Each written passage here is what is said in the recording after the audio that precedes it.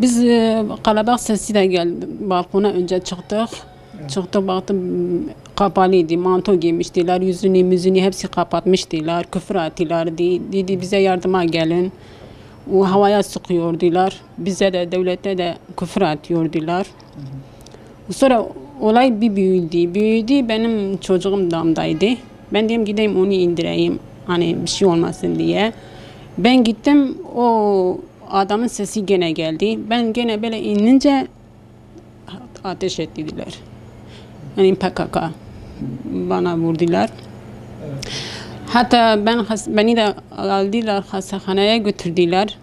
Orada da dedi ki çok doktorlar zaten bize bakmadı. Hani bilmiyorum ne içindir. Ben orada kaldım. O şeyin üstünde kaldım. Yani şey yapıyordu. Sonra da ameliyata gerek alaydı. Onu da geç aldılar. Almıyordular. Böyle ailem gitti söylüyordu dedi hani ameliyat ne zamandır hani ona bakın öyle gitti bir haftaya. Bir hafta devam etti. Sonra ameliyata aldı bu sefer kör oldum. Gözüm küçümdü görmüyorum. Yani kör oldum. Daha görmüyorum. Ben davacıyım. Bu PKK'lar yüzünde herkes acı çekiyor. Ben önce de benim yüzüm inmişti. Böyle inmişti. Resmen insanlıktan çıkmıştım. Benim bir tane uzun boylu vardı. Biraz kiloluydu.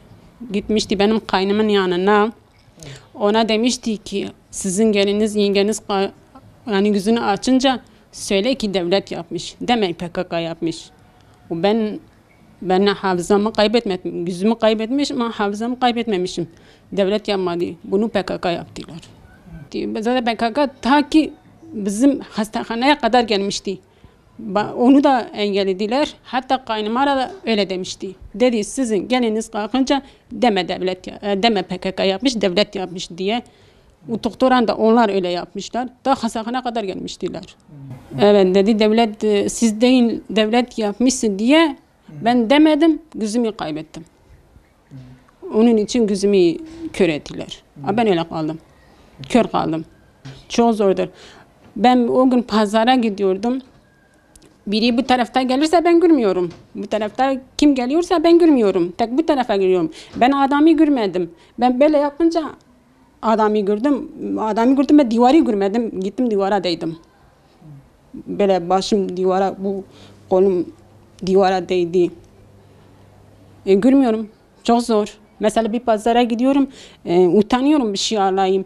Utanıyorum desem bu ne kadardır? İnsanlara bakayım. Utanıyorum ben.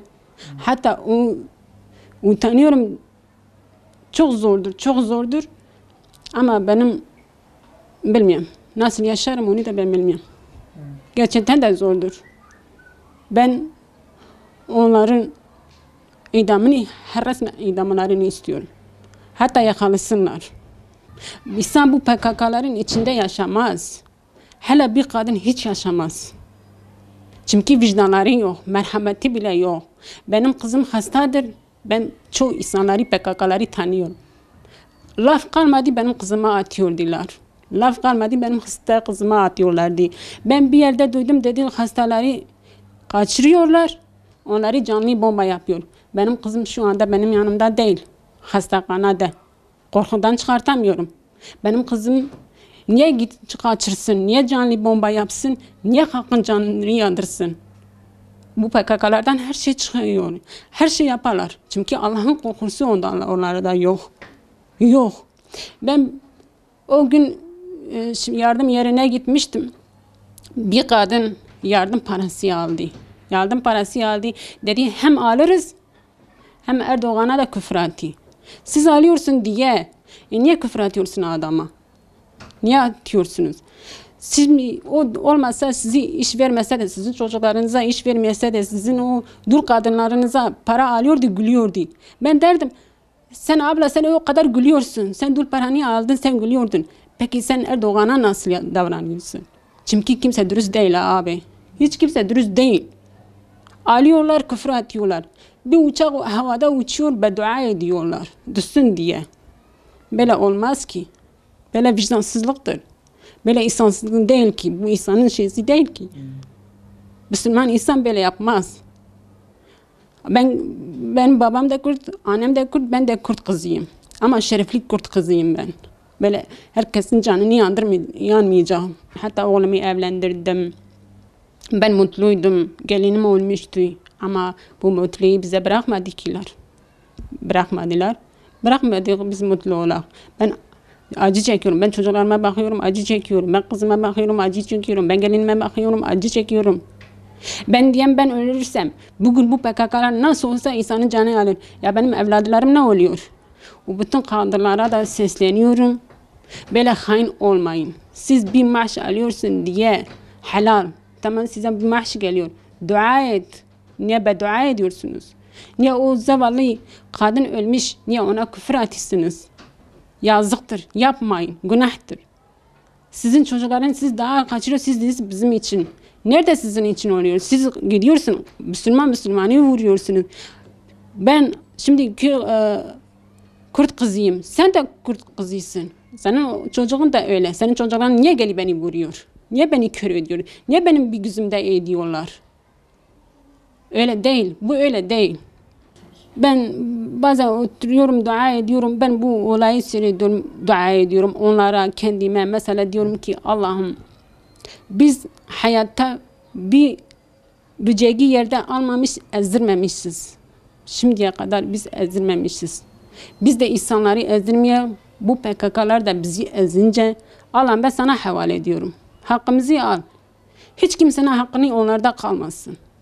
Zaten kalmıyoruz. Siz belki görmüyorsunuz ama ben içim temizdir. Ben görüyorum. Çünkü onlarda insanlık kalmamış ha. Ne bileyim geziyorlar, tozuyorlar ama insan gibi değiller ha.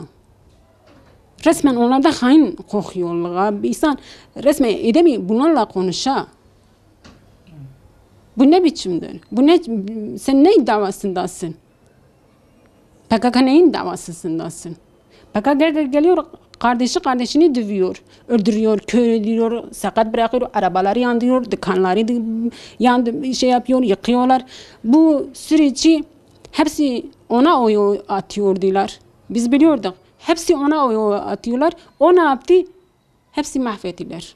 Hepsi evinde, yuvasında, çocuklarınızdan ettiler. Bence bu insanlarımız artık bilsin, öğrensin kim haindir, kim hain değil. Artık ona göre ayağını alsın.